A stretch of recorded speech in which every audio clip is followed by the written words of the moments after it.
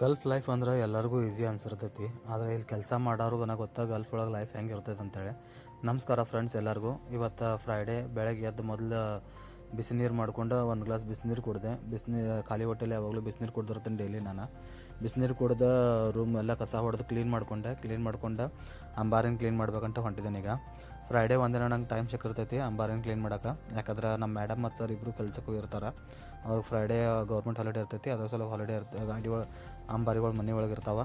So ಅದ್ರ ಸಲುವಾಗಿ ಚಲೋ ತಂಗೆ 3 ಕಾರ್ಗಳ್ಗೆ ನೀರು ಹೊಡ್ಕೊಂಡು ಅರಿವಿ ತೊಗೊಂಡು ಬರ್ಸಕತ್ತೀನಿ ಈಗ. ಈಗ ಬಿಸಿಲುಗಾಲ ನಡ್ದೈತಿ. ಸೊ ಅದ್ರ ಸಲುವಾಗಿ ಏನು ಹೊಲ್ಸು ಆಗಿರೋಕ್ಕಿಲ್ಲ ಕಾರ್ಗಳು. ಸೊ ಅದ್ರ ಸಲುವಾಗಿ ಜಸ್ಟ್ ನೀರು ಹೊಡೆದ ಅರಿವಿಲೆ ಒರೆಸಿ ಎಲ್ಲ ಚಲೋ ತಂಗೆ ಕ್ಲೀನ್ ಮಾಡ್ಕೋ ಅಷ್ಟರೊಳಗೆ ಅಂದರೆ ಬಿಸಿಲಿಗೆ ನನಗೂ ಪೂರ್ತಿ ಸಾಕಾಗ್ಬಿಟ್ಟಿತ್ತು. ಪೂರ್ತಿ ಎಲ್ಲ ಬೆವರು ಎಳ್ದೋಗಿತ್ತು. ಅಂಬಾರಿಗಳ್ನೆಲ್ಲ ಪೂರ್ತಿ ಕ್ಲೀನ್ ಮಾಡ್ಕೊಂಡು ರೂಮ್ಗೆ ಹೋಗಿ ಮೊದಲು ಸ್ನಾನ ಮಾಡ್ಕೊಂಡು ದೇವ್ರ ಪೂಜೆ ಮುಗಿಸ್ಕೊಂಡ್ರೆ ಅಂದ್ರೆ ಟೈಮ್ 11 ಗಂಟೆ ಆಗಿತ್ತು.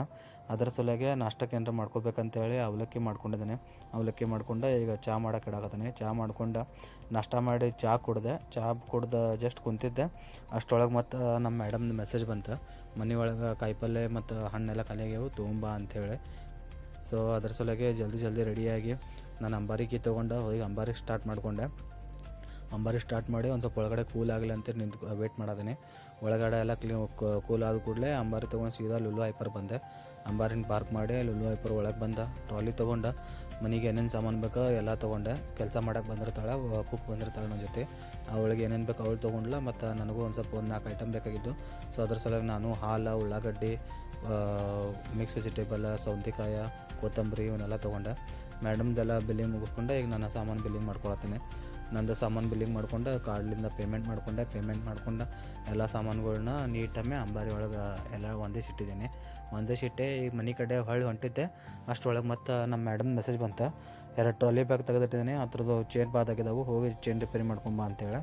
ಸೊ ಮೇಡಮ್ ಓಕೆ ಅಂತ ರಿಪ್ಲೈ ಕೊಟ್ಟ. ಪಟ್ಟದಿಸಿ ಮನೆಗೆ ಹೋಗಿ ಎಲ್ಲ ಸಾಮಾನು ಖಾಲಿ ಮಾಡಿ ಇಳಿಸ್ಕೊಂಡು ಟ್ರಾಲಿ ಬ್ಯಾಗ್ 2 ಗಾಡಿ ಒಳಗೆ ಹಾಕಿದೆ.